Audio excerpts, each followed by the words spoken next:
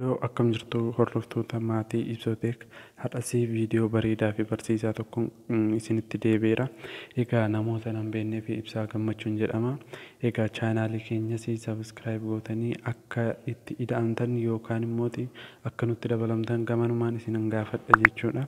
Egaa viidiyoo keenya otoo hin jalqabiin dura namoonni hundinuu keessaniyyuu namoonni viidiyoo kana ilaaltan laayikii akka gootanii gamanumaan isin gaafadha. Laayikichis namoota bira akka ga'uu fi nu fayyada jechuudha. Viidiyoon ani amma hojjechaa jiru kun namoota hedduu isaanii bira akka ga'uu fi fayyada jechuudha.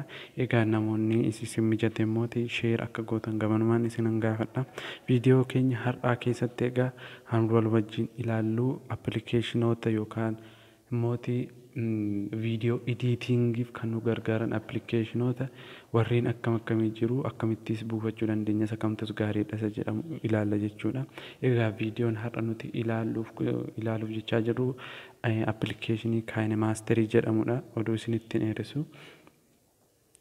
KineMaster kun egaa appilikeeshinii jaallatamaa viidiyoo editingii gochuu fi egaa KineMaster kanneen akka KineMaster jiru hedduutu jira. Isaan keessaatti KineMaster baay'isee jaallatamaadha. Namoonni baay'ees kan itti fayyadamaa jiranidha. Egaa gaafa wal wajjin ilaallu akkamittiin akkaataa itti buufannu yommuu wal wajjin ilaallu jechuudha. Jalqaba irratti KineMaster gosa lama jira. KineMaster weetermaarkii kan qabuu fi jechuun loogoo kan qabuu fi kan hin qabnedha. Loogoo inni hin qabne karaa biraan argama. Weebsaayitii gara biraatiin fayyadamuutiin argama. Loogoo kan qabu immoo Play Store irraa argama jechuudha. Fakkeenyaaf Play Store irraa sarchi yoo goonu loogoo hin qabaata jechuudha inni Play Store irraa.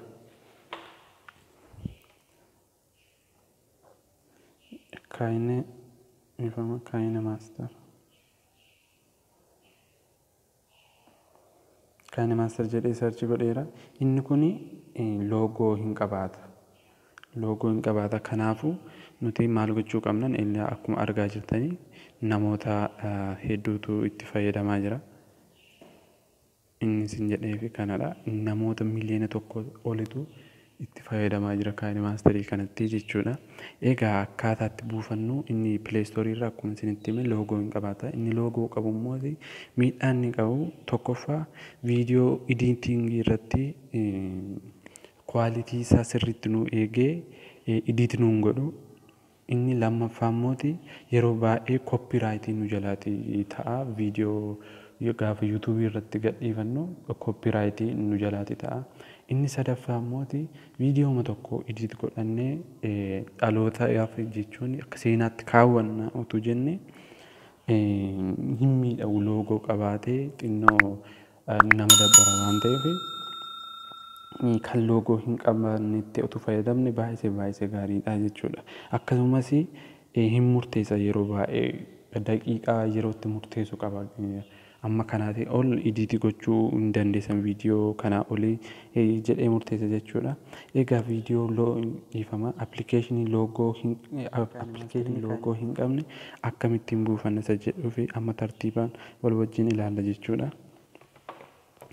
Egaa hundi keenyi kiroomii isa jedhamu bananna.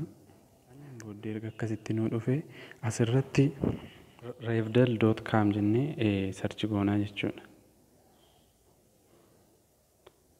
Revdel.com akkuma argaa jirtanii revdel.com jennee sarchi goona. Gaafa revdel.com jennee sarchi goonu akkasuma ammas revdel jedhee haala kanaatiin baar sarchi mataasaa nuu fida. Revdel direct download Android app and games jedha. Sanaati achi appilikeeshinii gosa barbaanne loogoo qabaatee kan nu rakkisu yookaan immoo akkasuma appilikeeshinoota kan nuuf fayyadan hedduun isaanii jiru. Yeroo fa'aa murteessan warreen akkasii jiru karaa asirraan buufachuu dandeenya jechuudha.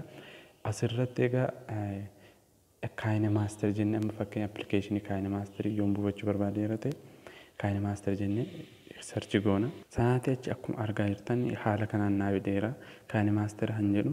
Sanaati achi KineMaster loogoo isaa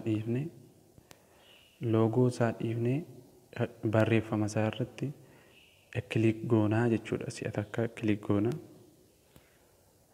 Sanaati achi haala kanaan akkanaatti nuu fida. Barreeffamoota hedduutu jira. Akkaataatti fayyadama isaa ibsuu barbaadee akka tagaluusa isaa jechuudha. Haala kanaan barreeffama hedduu isaa erga nuu fidee booddee go to download page ishee jettu tunnaa jecha gararraas jira. Egaa file size jedhee haala kanaan kaa'eera. Version isaa homa jedhee version isaa jedhee elfun amma kana GPT'n kaa'eera. File size 94 meegaabaaytii 93 meegaabaaytii kana lamaan gidduudha jedhee haala kanaan kaa'eera. Moobaayilii kamirratti gargaareedhaan fakkeenya Saamsingii warroota moodelli isaanii 8 ka'u yeroo baay'ee gadi qabaniiti fudhatu. Amma hankoo jeedha xinnoo ol guddisee fudhata jechuudha. Haala kanaan sanaati achi go to download page isa jedhu irratti kilik goonaa jechuudha.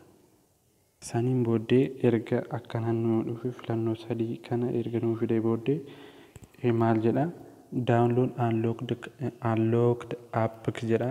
Inni lammaffaa download original apps jedha. Sadaffaan immoo subscribe YouTube jedha. Nuti isa dhiisnee isa jalqabaa irratti download unlocked app isa jedhu irratti kilik goona jechuudha. Kanaan booddee permissionii nu gaafata. Sanaati achi alloo jenna. Sanaati achi haala kanaan akkuma argaa jirtan kanaan buusuu jalqabaa jechuudha. Ani buufadheeraateedha. Kun buufadheeraateedha. Akka argaa jirtan kana jechuudha. Erga bu'ee booddee install erga goone booddee kunooti haala kanaan nuu dhufaa jechuudha. Loogoo isa qabuu fi kan hin qabne immoo hannuti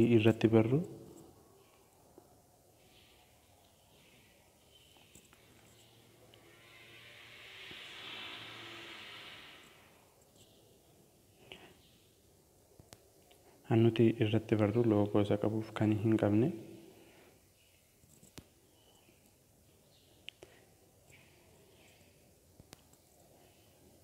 inni loogoo qabu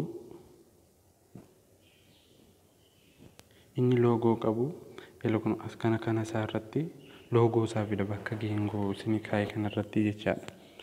Loogoo kaayine maasterii fida kee jedhee fida takka mooti barreeffamuma isaa kaayine maaster jedhee hin fidaa jechaadha bakka geengoo kaayee kana irratti jechuudha.